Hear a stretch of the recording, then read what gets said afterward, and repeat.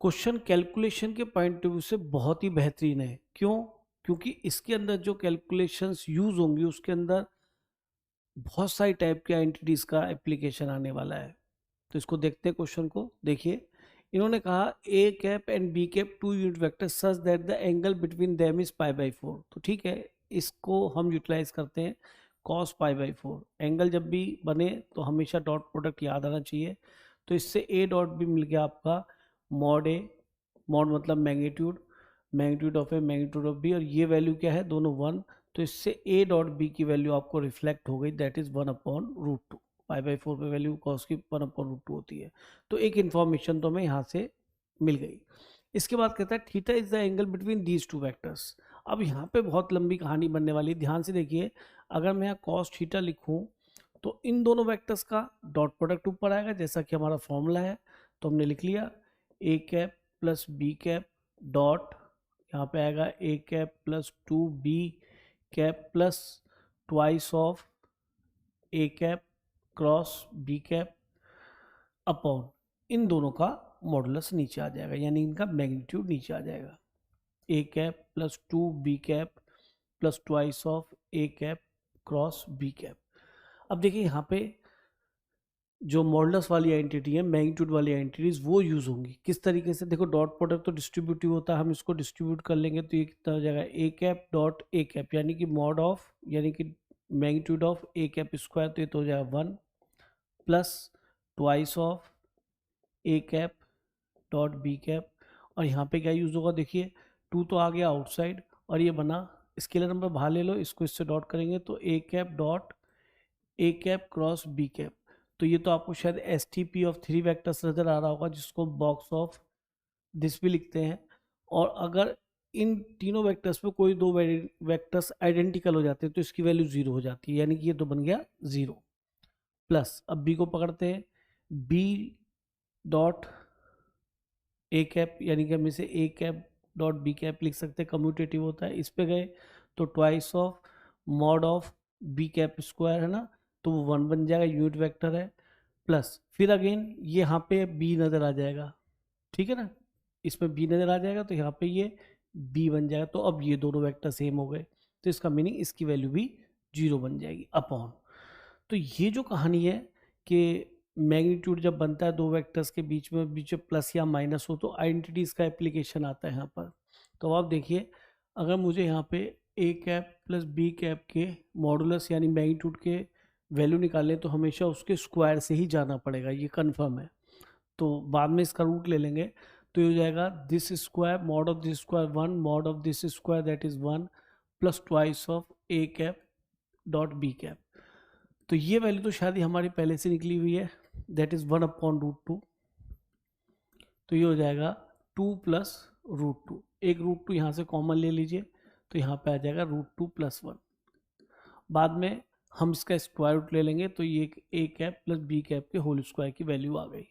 अब फिर मेहनत करनी है। अब यहाँ पे भी देखा वेक्टर्स का, उसके अंदर क्या लिखा है, उसका मैग्नीट्यूड, तो इसका भी स्क्वायरिंग ही करनी पड़ेगी। तो यहाँ पे A cap plus B cap plus ये ट्वाइस ऑफ बी कैप है plus twice of A cap cross B cap का होल स्क्वायर, यही निकालेंगे। तो वही जो आइडेंटिटी थी तीन वेक्टर्स के एडिशन सब्ट्रैक्शन की, जो होल स्क्वायर की आइडेंटिटी वो यूज़ कर रहे हैं। तो सबसे पहले इसके मैग्नीट्यूड का स्क्वायर आएगा प्लस इसके मैग्नीट्यूड का स्क्वायर, इसके लिए नंबर तो 4 हो जाएगा, ये बी कैप स्क्वायर फिर इसके मैग्नीट्यूड का स्क्वायर, तो 4 ए कैप क्रॉस बी कैप का स्क्वायर। फिर क्या बनता है, इन दोनों के डॉट का ट्वाइस, तो 2 और 2 4 हो जाएगा, यहाँ पे A cap dot B cap आएगा। फिर इन दोनों के डॉट का ट्वाइस, तो ये 2 2 जा 4 2 जा 8 और डॉट आएगा तो यहाँ पे B cap dot A cap cross B cap. ये फिर से आपका एस टी पी बन गया जिसके अंदर दो वेक्टर कॉमन है, लाइक दैट जो लिखा हुआ है। और प्लस ये फिर से वही एस टी बनेगा 2 2 जा 4 और A cap dot A cap cross B cap. तो ये वाली वैल्यू भी 0 बन जाएगी, ये वाली वैल्यू भी 0 बन जाएगी, being in S T P 2 identical vectors. तो ठीक है, इसकी वैल्यू कितनी मिल जाएगी 1, ये भी 1 मिलेगा, यूनिट वेक्टर, तो ये 4 हो जाएगा प्लस 4। अब देखिए यहाँ पे फिर एक आइडेंटिटी का एप्लीकेशन है जो कि आपको आती होगी कि A dot B whole square, यहाँ पे कैप है तो कैप ले लेते हैं, plus A cross B magnitude square equal to magnitude of A square और magnitude of B square. Clear? तो ए डॉट बी अभी अभी हमने निकाला था 1/√2 है, तो ये हो जाएगा 1/2 प्लस ए क्रॉस बी की बात कर रहे हैं, वहाँ पे यूज हो रहा है ऊपर, ये कैप है दोनों, और ये 1 × 1 1 बन जाएगा।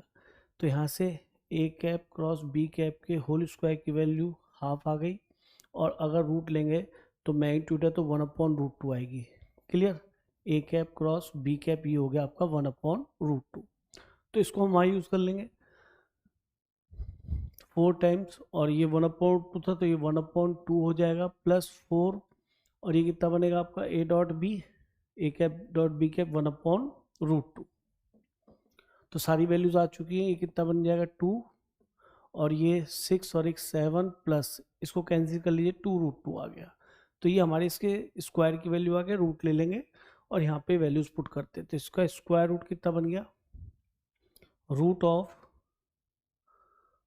ऑफ वैसे हमें इसके होल स्क्वायर की वैल्यू निकालनी, कॉस स्क्वायर थीटा और 164। तो एक काम करें, चलो पहले वैल्यू लिख ही लेते हैं, बाद में स्क्वायर कर लेंगे। तो √2 और ये √2 + 1 आ गया, और ये रूट ऑफ 7 + 2√2 आ गया, और यहाँ पे इनकी वैल्यू रख लेते हैं। तो 3 टाइम्स हो गया, तो 3 टाइम्स 1/√2, तो ये 2 और एक 3, तो ये हो गया, और 3 टाइम्स 1/√2।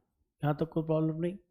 अब हमने ऊपर से 3 कॉमन ले लेते हैं, 3 कॉमन आ जाएगा, ये √2 + 1 एलसीएम भी ले लिया, और नीचे √2 आएगा, और फिर ये दोनों टर्म यहाँ से यहाँ पे आ जाएंगी। क्लियर? ये दोनों टर्म यहाँ पे आ जाएंगे मल्टीप्लाई में। तो ये हमारी कॉस थीटा की वैल्यू हो गई। हमें निकालना क्या है, 164 कॉस स्क्वायर थीटा। तो ये 164 कॉस स्क्वायर थीटा, तो 164 ये लिख लीजिए, और कॉस स्क्वायर थीटा स्क्वायर करना है तो ये 9 हो जाएगा, ये हो जाएगा √2 + 1 का होल स्क्वायर अपॉन ये बन जाएगा 2, और इसका स्क्वायर करेंगे तो √2 बचेगा, और √2 + 1 रूट हट जाएगा ना, और ये बनेगा 7 + 2√2। तो 7 + 2√2। अब देखिए यहाँ पे एक तो ये फैक्टर कैंसिल ही हो गया इसका, और इसको रेशलाइज कर लेते हैं। 7 + 2√2 था, तो 7 - 2√2 से मल्टीप्लाई किया, और इतने से हमने यहाँ पे डिवाइड कर लिया। तो देखिए यहाँ पर ये आपका बन गया, इसको मल्टीप्लाई करेंगे तो देखिए क्या नज़र आता है, यहाँ से देखते हैं पहले। तो ये तो 164 है, ये 9 है, और यहाँ पे 2√2, और ये बन जाएगा आपका, इसको मल्टीप्लाई करेंगे 7 - 2√2 से, तो 49 - 8 आ जाएगा। 2√2 का स्क्वायर 8 होता है ना, ये बन गया 41। और अगर हम इसको देखें तो एक √2 + 1 बचा हुआ था, इसको अंदर मल्टीप्लाई ही कर लेते हैं, बेटर रहेगा। तो इसको हमने मल्टीप्लाई किया तो ये आ जाएगा 7√2 - 2 बन जाएगा, ये +7 आएगा, -2√2 आएगा। ठीक है, हमने रेशलाइज भी कर लिया। ये 41 आएगा, 41 कैसे कटेगा, 4 टाइम्स, ये 2 आ जाएगा यहाँ पे। अब ये हमारा रिजल्ट बच गया 18। अच्छा, इसको √2 टाइम्स ही कर लो, √2 × 9, और यहाँ पे मिलेगा आपको 5√2 और -3, प्लस का 3 आएगा। ठीक है, तो अब इसको अंदर मल्टीप्लाई कर देते हैं, क्योंकि आंसर में कहीं भी √2 बाहर नहीं आ रहा, तो इसको अंदर मल्टीप्लाई कर दीजिए। तो 9 × 5 = 45, 45 × 90 ये हो गया, प्लस और 9 × 27 √2। तो अब देखिए ऑप्शन कहाँ मिल रहा है आपका, 90 + 27 √2। तो आप देख रहे हैं क्वेश्चन में कैलकुलेशन बहुत बढ़िया है, और देखिए कितनी एंटिटीज़ का आपने यहाँ पे यूज़ करा। एक तो ये मैग्नीट्यूड के स्क्वायर वाली एंटिटी यूज़ हुई है, ठीक। एक आपका ये वाली एंटिटी जो डॉट क्रॉस प्रोडक्ट के पे होती है, काफ़ी आपने देखी होगी, और एंगल आप जानते हैं। तो इस टाइप का क्वेश्चन आने की संभावना सबसे ज़्यादा है। सबसे इम्पॉर्टेंट कंसेप्ट इसके अंदर यूज़ हुए हैं।